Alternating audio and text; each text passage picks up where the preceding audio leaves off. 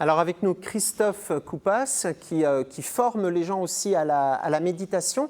La méditation, pour beaucoup, c'était je reste immobile dans un coin, je ne pense à rien, je vide mon corps de toute pensée. Et là, on voit que ça peut guérir un peu un certain mot. C'est-à-dire qu'il y a différentes sortes de méditation. Alors, il existe évidemment différentes sortes de méditation. Celle à laquelle je me suis formé et celle que je pratique s'appelle la méditation de pleine conscience. Et la pleine conscience, qu'est-ce que c'est ? C'est le fait de porter son attention intentionnellement dans l'instant présent, sans jugement ni pensée parasite. L'attention, qu'est-ce que c'est ? Eh bien, c'est ce pont qui se crée entre l'objet sur lequel nous la portons, peut-être en cette époque notre feuille d'impôt, par exemple, d'accord ? Et la quantité de neurones que nous avons, les 100 milliards de neurones que nous avons à peu près, vont se connecter sur ce qui est en train de se passer là. Et ça se dirige. Comme une lampe frontale vous sert à rentrer dans une grotte et faire de la spéléo, eh bien, vous allez vous rendre compte que si vous confiez la lampe frontale à votre esprit pendant que vous êtes dans la grotte, votre esprit part dans tous les sens. Il est accaparé par, en ce jour de rentrée, comment récupérer mon enfant ce soir, retrouver des rendez-vous avec des collègues, avoir des clients en face de soi. Et donc, nous sommes sans arrêt en train de penser. Et face à ce flot de pensée, l'idée n'est pas d'arrêter de penser, ce n'est pas possible. On ne peut pas arrêter les vagues, mais on peut apprendre à surfer. Comment ? En rentrant dans un rapport nouveau avec ses pensées. Et ça demande un travail tout bête, un travail de concentration qui, comme la gymnastique, peut être fait à raison de 10 à 20 minutes par jour. Et comme on a découvert à la fin du 19e siècle que faire du sport, c'était bon pour la tension artérielle, c'était bon pour la santé, le tonus et le goût de vivre, eh bien on se rend compte qu'aujourd'hui, il existe une sorte de gymnastique de l'esprit qui est ni plus ni moins qu'un travail attentionnel et qui peut se faire à tout âge. Ça commence maintenant à l'école. Justement, oui, on peut commencer à quel âge ? Parce qu'on entend parler beaucoup des enfants hyperactifs ou qui n'arrivent pas à se concentrer à l'école sur ce qu'on leur demande. À partir de quel âge on peut commencer les exercices de méditation ? C'est pas on peut, c'est tout est possible, mais à partir de 3 ans, 4 ans, moi j'ai des parents qui ont suivi des cursus avec moi, qui aujourd'hui ont trouvé dans les librairies des livres avec des enregistrements qui permettent d'initier des enfants à raison d'enregistrement de 2 à 3 minutes le soir, à porter leur attention sur ce qui nous est donné en premier comme point de focus, la respiration, et qui permet aux enfants de s'endormir, de calmer les pensées, de calmer le corps et du coup de calmer l'esprit.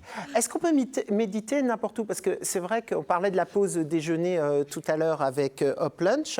Est-ce qu'on peut méditer au travail aussi ? Bien sûr, bien sûr.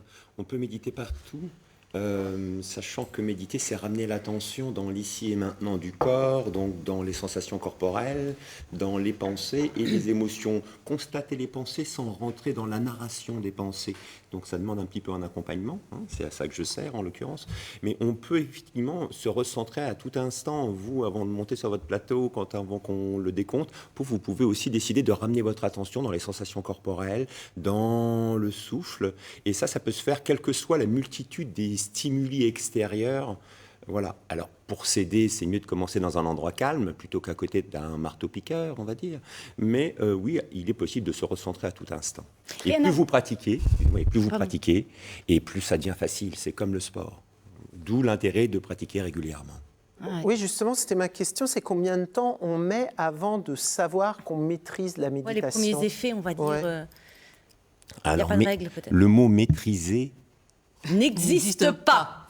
ne fait pas partie du champ lexical. Au contraire, notre réflexe reptilien de maîtriser et de contenir pour ne pas avoir peur ou pour éviter la peur, c'est l'inverse que nous allons tenter de faire. C'est lâcher prise et de voir comment c'est de lâcher prise. Commencer de sentir peut-être le cœur qui accélère, de sentir le souffle qui s'accélère, de peut-être de transpirer. Il faut qu'il accélère. Moi, je pensais qu'on allait justement ralentir, qu'on allait être un peu plus zen. C'est éventuellement ce qui va se passer. Hein, sachant qu'il n'y a pas d'attente à avoir, c'est pas de la relaxation, c'est pas vouloir à tout prix se détendre, c'est faire face à ce qui est là. Et ce qui est là, pour nous les humains, c'est 1, les sensations corporelles, 2, les pensées, 3, les émotions. Les 3 dimensions qui nous sont données pour appréhender la vie, pour en faire l'expérience instant après instant, ce sont ces 3 dimensions.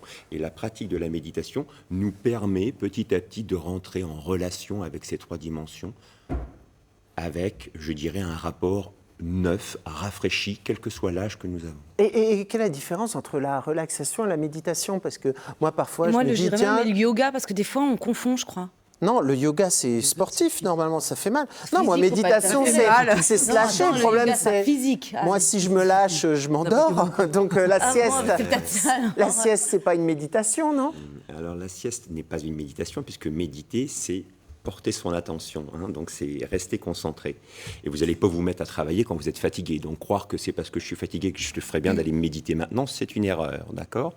De fait, comme vous l'évoquiez, Hervé, bien, dans notre monde, soit on est en mode actif, on se réveille le matin et tout de suite on commence à avoir une sorte d'élan, on est même très actif souvent dans notre monde, surtout en période de rentrée. Et puis, quand on s'arrête et qu'on fait une pause, on peut très bien tomber très vite dans le sommeil. Et ce qu'on découvre avec la méditation, c'est qu'il existe une troisième voie, celle du milieu, qui va être de rester éveillé et à la fois posé, comme si nous étions peut-être au cœur des vacances. Même si c'est la rentrée, avoir la possibilité d'être juste centré et détendu, comme si c'était un dimanche matin, alors que c'est un lundi matin. Nous avons Mais une tout en liste se, de choses à faire comme ça. en se concentrant sur une idée particulière En ou se pas? concentrant sur, au départ, les sensations corporelles.